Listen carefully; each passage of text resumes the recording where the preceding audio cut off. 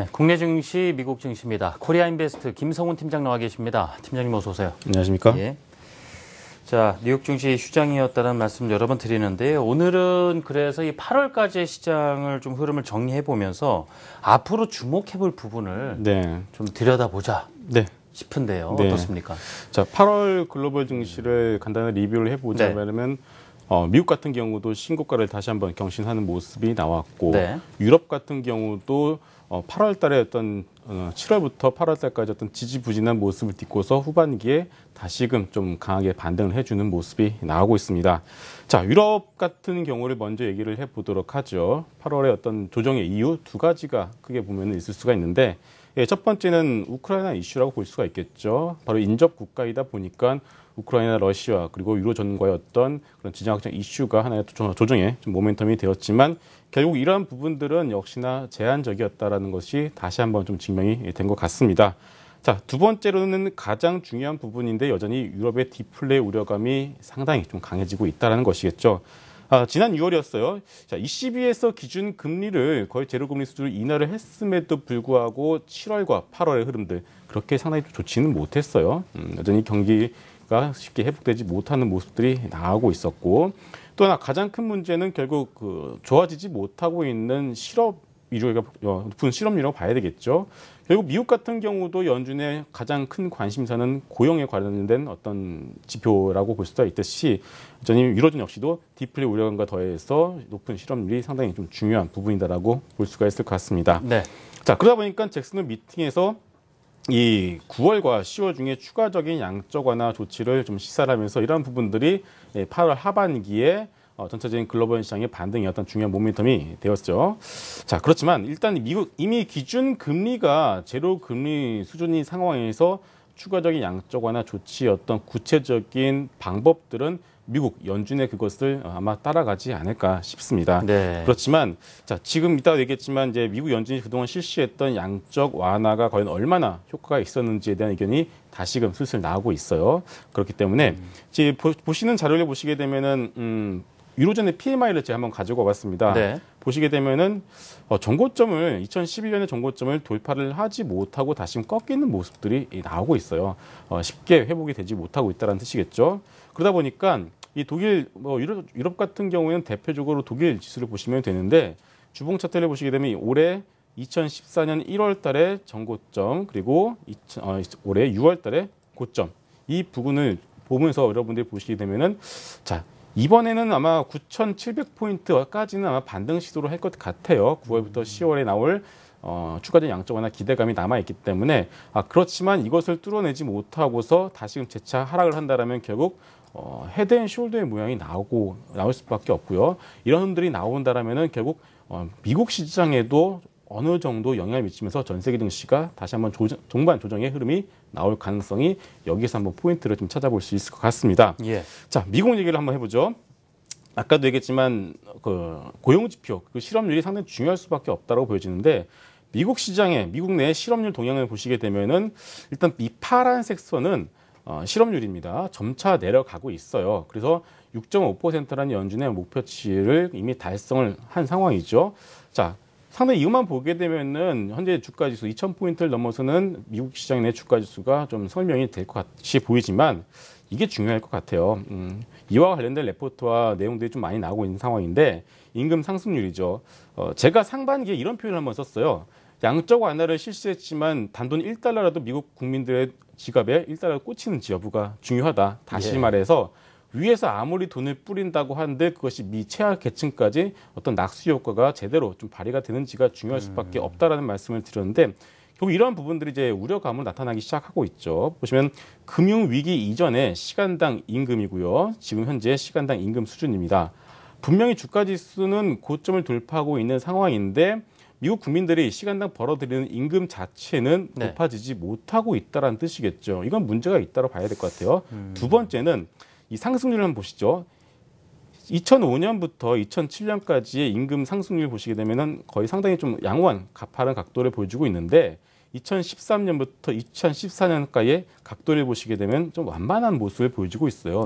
임금의 예를 들어서 100만 원을 벌었는데 이것이 80만 원 수준까지 밖에 못 벌고 있는 상황이고 또는 시간당 임금 증가율, 임금 증가의 속도 자체도 과거만큼 빠르지가 않다라는 뜻입니다. 결국 QE의 낙수 효과가 하계층까지 좀 전반적으로 좀 퍼지고 있지 않은 상황에서 과연 지금의 S&P 500 지수의 신고가가 과연 얼마나 정당화될 수 있겠냐라는 얘기들이 슬슬 나오고 있다는 것이겠죠.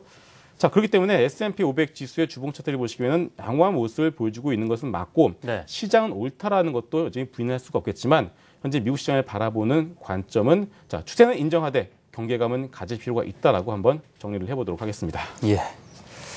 자, 글로벌 증시 8월까지 시장 흐름 정리해 주시면서 또 주목해 볼 만한 것 하나씩 말씀해 주셨는데요. 우리 시장도 들여다보겠습니다. 역시 뭐 9월 시장에 대한 대응 전략이 되겠는데요. 워낙 어제 첫 거래일도 보면서 참 고민이 깊어지는 분들이 많으셨을 거란 말입니다. 네. 외국인과 기관의 그 엇갈리는 행보이 어디를 따라가야 될지 어제 또 종목별로 움직인 것도 그렇고요. 네. 좀 어떻게 좀 가이드를 해주시겠습니까? 네. 예.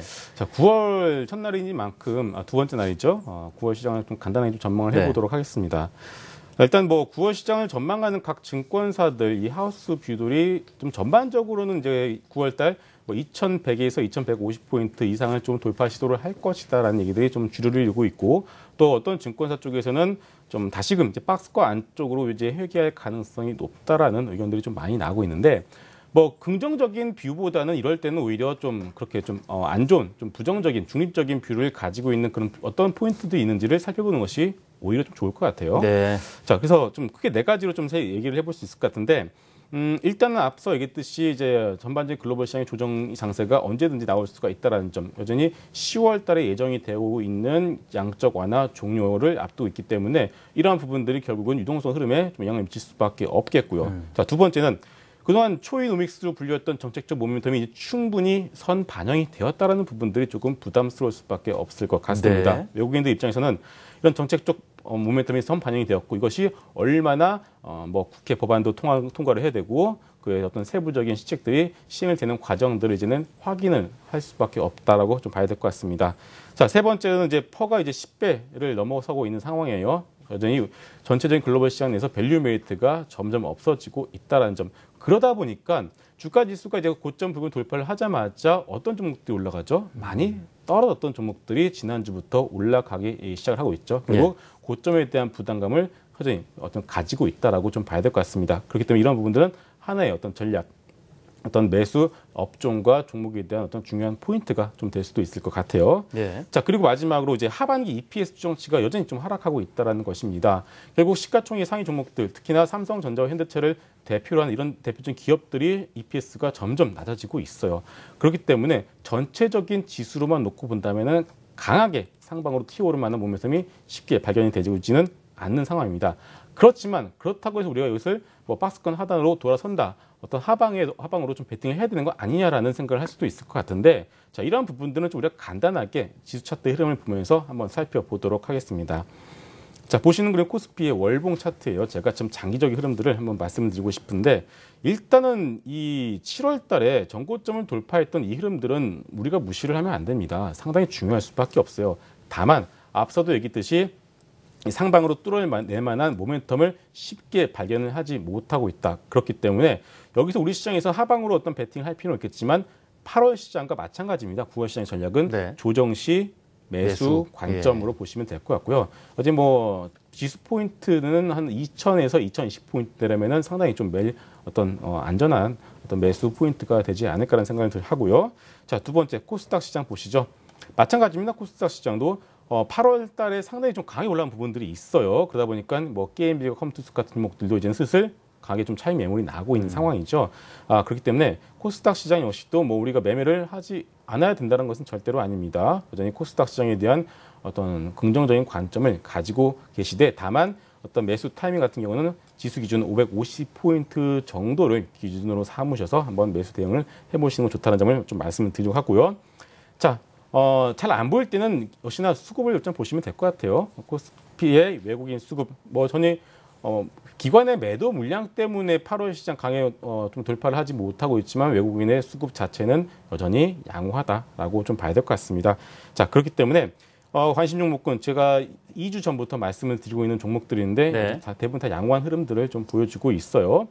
보시면은 이제 삼성전자와 현대차가 들어가 있지 않습니다. 이런 부분들이 상당히 좀 중요하다고 좀 봐야 될 것 같고, 특히나 이제 근데 SK 하이닉스가 이제 조금 좀 탄력이 좀 둔화되는 모습들이 나오고 있어요. 네. SK 하이닉스 같은 경우는 지금 한 45,000원대에서 움직이고 있는데 한 44,000원에 42,000원까지 좀 매수에 대한 어떤 기준을 조금 낮춰보시는 것이 낫지 않을까라는 말씀을 좀 조심스럽게 드리겠고, 뭐 메이톡스 같은 종목들은 강히 올라가고 있죠. 대웅작 밑에서 올라온 종목들도 여전히 좀 양호 흐름들을 좀 보여주고 있습니다.